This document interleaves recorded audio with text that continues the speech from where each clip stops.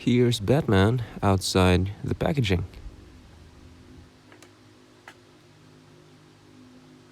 I'm gonna look at his details first.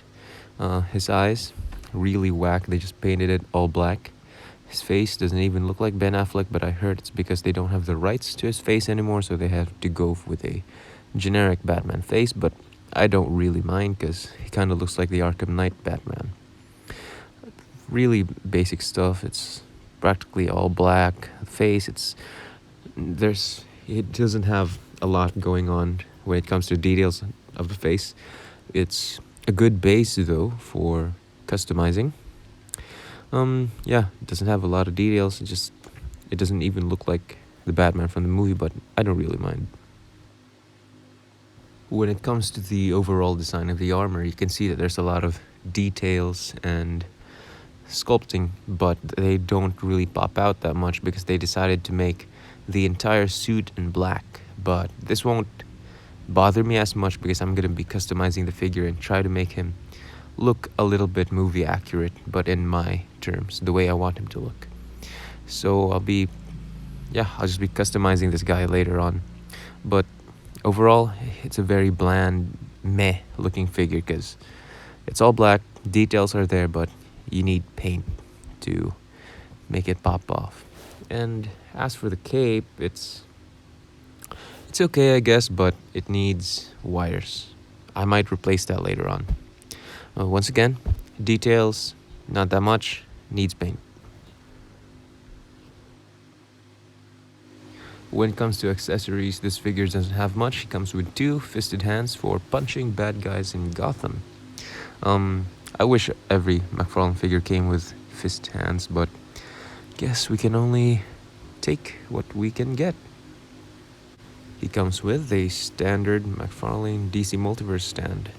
This one, though, feels a wee bit different than the ones we have before. I don't know, maybe McFarlane changed material, but this feels extra glossy and slippery. He also comes with a character card, which also feels thinner and lighter and more slippery. I don't know if McFarlane decided to change their materials, but here's the card. You can pause if you want to read that. Moving on over to articulation, his head is on a ball joint. He can move side to side. And his head can look up that way and down.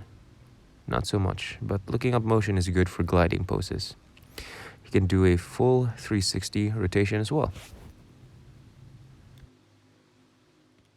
His arms have good range of movement. The armor just slips inside the socket and it doesn't hinder any articulation, which is good for posing. They can do a full 360, turn around. He has butterfly joints, as usual, and elbow swivel, elbow swivels. And he has his elbow, can move that far up, which is a plus.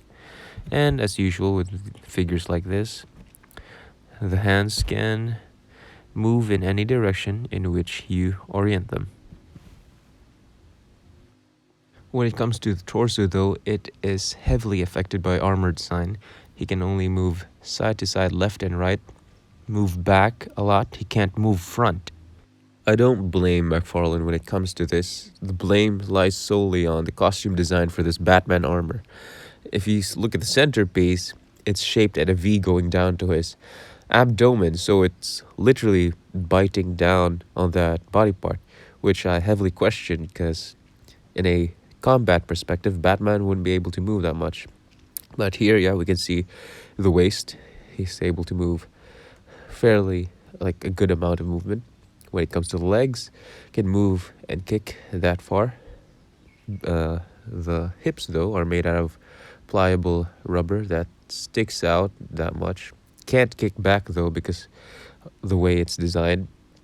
I'm not sure if he can do the splits, but with some modification, this figure would actually do well when it comes to articulation for the legs. And something that is so freaking rare, thigh cuts. The other only figure that has that is The Witcher. His knee, double jointed, which is always a plus for articulation. Feet or shoes can move up and move down. The armor plate there is made out of rubber, so it won't hinder articulation. Toes also have articulation, which is good. Now for my favorite part, this figure stands at 7 inches tall. Since it's a 1/10 scale figure, we're going to be making size comparisons. Here he is compared to an Amazon goddess, compared to a bald man. Here he is compared to a vampire. Here he is compared to someone who broods, and two gods, I guess. Here he is compared to Joker, the Emo Squad, Lightning McQueen, Bat Cycle, Optimus Prime, and a very, very cute and loving stuffed animal.